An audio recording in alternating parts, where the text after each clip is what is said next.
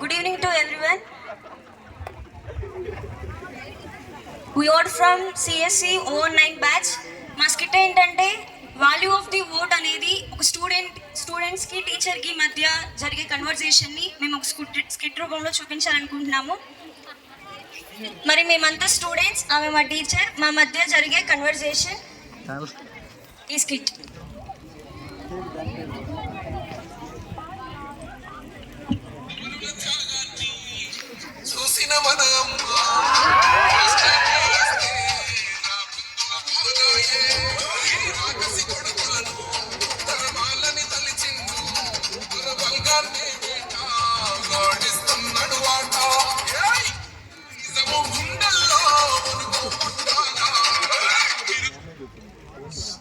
ఏం శైలిలో ఎప్పుడు చూసినా సాంగ్ వింటూనే ఉంటావు. ఎన్నిసార్లు వింటావు? ఇనేదాన్ని ఏమన్నా కామ్గా ఉంటావా? ఇని పాడి పాడి మమ్మల్ని చంపుతూ ఉంటావు. ఈ సాంగ్ లో తెలియని వైబ్ ఉంది సిరి. తెలంగాణ ఎలక్షన్స్ లో ఈ సాంగ్ కి సెపరేట్ ఫ్యాన్ బేస్ ఉంది తెలుసా? నేను కూడా అందులో ఒకదాన్ని. తెలంగాణ ఎలక్షన్స్ ఏమో కానీ మన ఏపీ ఎలక్షన్స్ ఉన్నాయి, వాటి గురించి ఆలోచించారా? ఎవరికి వేద్దాం అనుకుంటున్నారు? అవును కదా, మనకు ఫస్ట్ టైం ఓటు హక్కు వస్తుంది కదా, ఎవరికి ఓటేద్దామంటారు? ఏముంది, మా నాన్నకేమో క్యాస్ట్ పిచ్చి. మరి అక్కడ ఎవరు నిలబడుతున్నారు, ఎవరు పోటీ చేస్తున్నారు అనేది మాకు సంబంధం లేదు. మా క్యాస్ట్ వాళ్ళు ఎవరుంటే వాళ్ళకి ఓటేసేస్తాం. మేమలా కాదమ్మా, అభిమాన నాయకుడి కోసం ప్రాణాలైనా ఇచ్చేస్తాం. మా తాతగారు ఏది ఫాలో అయ్యారో మా నాన్నగారు అదే ఫాలో అవుతారు, మా నాన్నగారు ఏది ఫాలో అయ్యారో మేము కూడా అదే ఫాలో అవుతాం. మాదంతా మీలా కదమ్మా, మాదంతా వేరే. ఎవరు డబ్బులు ఎక్కువ ఇస్తారో, ఎవరు మంది ఎక్కువ వస్తారో వాళ్ళకే మా ఓటు. అరే ఏంట్రా మీరంతా, మీ పేరెంట్స్ ఏం చెప్తే అది ఫాలో అవుతారా? మీకంటూ సపరేట్ ఐడియాలజీ లేదా?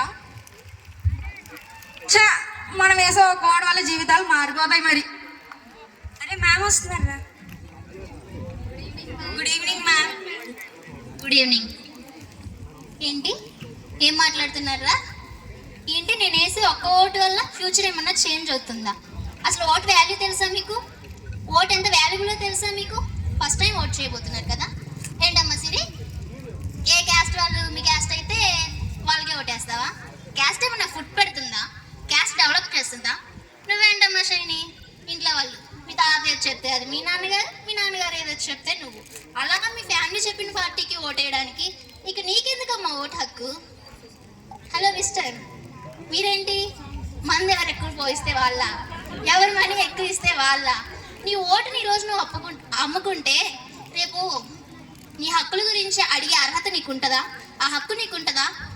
Think. Have a nice day. Sorry ma'am. ఏంట్రా సారీ చెప్పేస్తున్నారు? అప్పుడే డెసిషన్స్ చేంజ్ చేసుకున్నారా? అంత లేదు, ఏదో మేడంకి రెస్పెక్ట్ ఇవ్వాలి కాబట్టి సారీ చెప్పాను. మా డెసిషన్స్ ఏం మారో. మేము మారం, మా డెసిషన్స్ మారం. కొన్ని రోజుల తర్వాత after elections. Good evening guys. అందరూ హాలిడేస్ బాగా ఎంజాయ్ చేశారా? బాగా ట్రిప్స్ తిరిగారా? ఓకే, కానీ ఫస్ట్ టైం ఎలక్షన్స్ ఓటేసినట్లున్నారు. నేను చెప్పినట్లు వేసినారా, మీకు ఇష్టం వచ్చినట్లు వేసినారా? సర్లే కానీ మీరు ఓటేశారు కదా, హ్యాపీగానే ఉన్నారా? ఆ పరిపాలన ఎంజాయ్ చేస్తున్నారా? ఎవరు డబ్బులు ఎక్కువ ఇస్తే వాళ్ళకి ఓటు అనుకున్నాం మేడం. ఏముందిలే, ఫైనల్ ఇయర్కి వచ్చేసాం, జాబ్స్ అంటారు. ఊరికి వెళ్తేనేమో అక్క చూస్తేనేమో గవర్నమెంట్ జాబు అంటది. జాబ్ క్యాలెండర్ రాదు, మాకు జాబ్లు రావు. మా క్యాస్టే కదా అని ఓటేసాం మేడం. మా నాన్నగారు చూస్తేనేమో ఫార్మర్, వర్షాలు లేక పంటలు పండువు. సరే, పండిన పంటలకి ఏమైనా గిట్టుబాటు ధర వస్తుందంటే అది కూడా ఎవరు మమ్మల్ని పట్టించుకునే నాదుడే లేకుండా పోయాడు మేడం. ఏం చేయని, నువ్వు బాగా హ్యాపీగా ఉన్నట్లున్నా? అవును మ్యామ్, చాలా హ్యాపీగా ఉన్నాం. మామూలుగా కాదు, ఎంత హ్యాపీగా అంటే మా నాన్న వాళ్ళు మా ఫ్యామిలీ వాళ్ళు చెప్పారు కదా అని చెప్పేసి అభిమాన నాయకుడికే ఓటేసాం. తరతరాలుగా వస్తున్న ఆనవాయితీ అని చెప్పేసి. మా ఊరికి రోడ్లు ఎవరైనా ఆయన రోడ్లు వేయండి అని అంటే ఎవ్వరూ పట్టించుకోరు.